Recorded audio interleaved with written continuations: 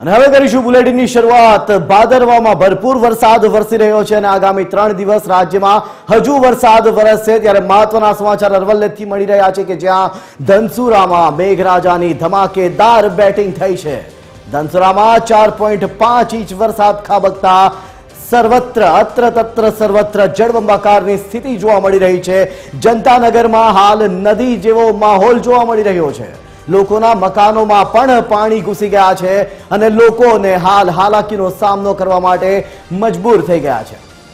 તો ધનસુરામાં 4.5 ઇંચ જેટલો વરસાદ ખાબકી ચૂક્યો છે અને જનતાનગરમાં હાલ નદી જેવો માહોલ જોવા મળી રહ્યો છે।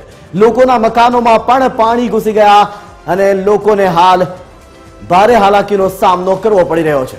ત્યારે આજ મામલે વિસ્તારથી વાત કરવા માટે ગ્રાઉન્ડ ઝીરો પર પહોંચ્યા છે અમારા સંવાદદાતા સમીર। સીધા જઈશું સમીર પાસે। સમીર, હાલ શું પરિસ્થિતિ છે ધનસુરામાં જ્યાં જનતાનગરમાં નદી જેવો માહોલ જોવા મળી રહ્યો છે ત્યાં? સમીર।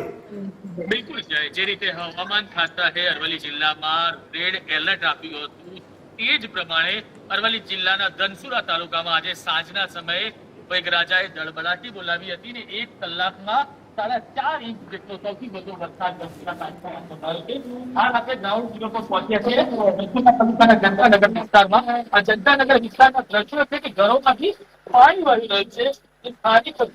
સ્થાનિકો અહીંયા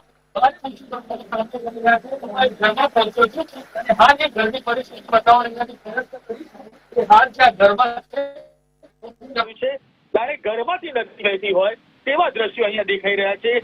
તે 4.5 ઇંચ વરસાદ વરસ્યો છે તેના કારણે જે પરિવારો છે તે પરિવારને ભારે હાલાકીનો સામનો કરવો પડી રહ્યો છે। ઘરના જે સભ્યો છે તેમની સાથે વાત કરવાનો પ્રયત્ન કરીશું।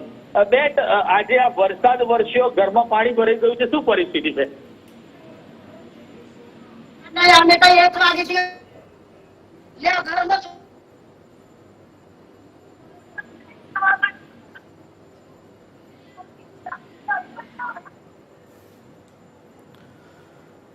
સમીર, લાગે છે ભારે વરસાદના કારણે ત્યાં નેટવર્કના પણ ખૂબ જ ઇસ્યુ થઈ રહ્યા હોય હાલ એમ પ્રતીત થઈ રહ્યું છે।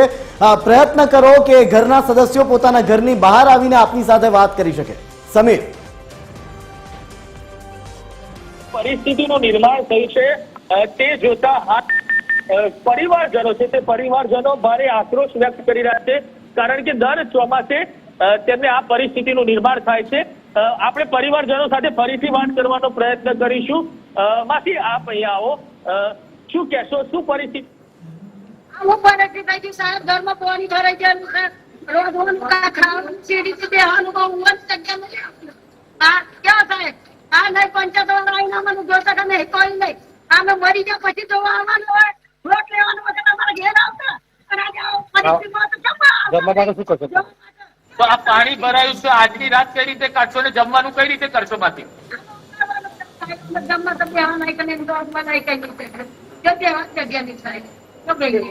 હાલ જે પરિવારો છે ને પરિવારોને સાંજનું જમવાનું પણ કઈ રીતે બનાવવું એ પણ એક વિકટ પરિસ્થિતિ છે કારણ કે જે રીતે ઘરમાં પાણી ભરાઈ ગયા છે, ઘરનો જે સામાન છે તે સામાન ડૂબી ગયો છે। આપણે દ્રશ્યો બતાવવાની કરી કોશિશ કે અન્ય જે વિસ્તાર છે કે સમગ્ર વિસ્તાર છે તે પાણીમાં ગરકાવ થઈ ગયો છે। વાત કરીએ તો ગુજરાતી શાળા હોય, ઘરો હોય, આ તમામ જે વિસ્તારો છે તે તમામ વિસ્તારો અહીંયા પાણીમાં ગરકાવ થઈ ગયા છે। અન્ય ગામના યુવકો આપ જનતાનગરના રહેવાસી, ઘર પાસે શું પરિસ્થિતિ થાય છે?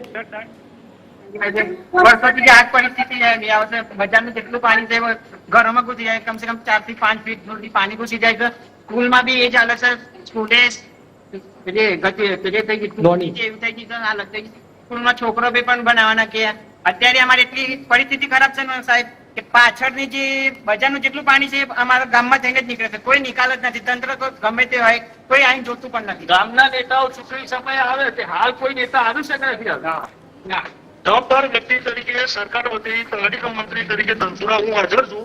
હાલ તમારા માધ્યમથી હું અહીંયા જનતાનગરની જનતાને જણાવવા માંગુ છું, વરસાદના પાણીનું લેવલ વધી રહ્યું છે, વરસાદના લીધે ઉપરવાસનું પાણી આવી ગયું છે। આપના માધ્યમથી બધાને રિક્વેસ્ટ છે, તંત્રના બધા માણસો હાજર છે બરાબર, હું એક રિક્વેસ્ટ કરું છું કે જેના ઘરમાં પાણી ભરાયેલું છે એ લોકો સ્વેચ્છાએ ટ્રેક્ટરની અંદર બેસી જાય। પ્રાથમિક શાળા નંબર 1 ની અંદર એના ખાવા પીવા રહેવાની વ્યવસ્થા આપણે કરી આલી છે। તો એની અંદર આપણા મીડિયાના માધ્યમથી પણ હું કહું છું કે પ્લીઝ એની અંદર કોઓપરેટ કરે સપોર્ટ કરે. બાકી પાણી ઓસર્યા પછીનું જે આપણે તંત્ર દ્વારા જે વ્યવસ્થા કરવાની થશે એની આપણે કરીશું. હાલ આપણા માટે મહત્વનો પ્રશ્ન એ છે કે હાલ જે પાણી ભરાયેલું છે એ પાણી ભરાવાને કારણે જે કોઈ વ્યક્તિના ઘરની અંદર પાણી ભરાયેલું છે એને રેસ્ક્યુ કરવા માટે તંત્ર વતી અમે છેલ્લા 1 કલાકથી અહીંયા મથીએ છીએ, રિક્વેસ્ટ કરીએ છીએ, અને છતાંય એ લોકો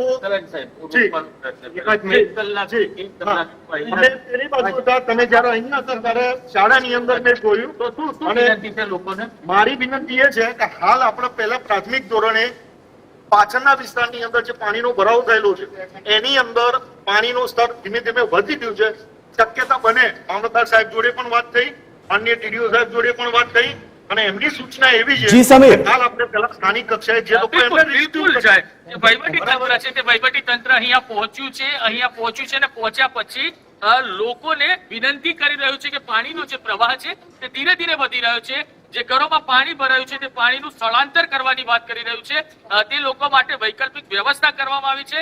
વૈકલ્પિક વ્યવસ્થા થઈ તે લોકોને અહીંયાથી અન્ય જગ્યાએ ખસેડવામાં આવશે, કારણ કે પાણીનું જે સ્તર છે તે વધી રહ્યું છે. તે માટે લોકોને વિનંતી કરવામાં આવી છે કે પોતાના ઘરો છોડી અને જ્યાં આશ્રય સ્થાન છે ત્યાં લઈ જવામાં આવે. જય જી આભાર સમીર, સમગ્ર માહિતી આપવા બદલ. અને આપની પાસેથી આગળ પણ ધનસુરાની વધુ માહિતી લેતા રહીશું. તો ગ્રાઉન્ડ ઝીરો પર સૌથી પહેલા હાર TV 13 પહોંચ્યું છે અને આપે જોયા દ્રશ્યો એ રીતે કે લોકોના ઘરોમાં પાણી ઘૂસી ગયા છે અને એ છતાંય પાણી સાથે લોકો પોતાના ઘરોમાં આજની રાત કાઢવા માટે મજબૂર બન્યા છે.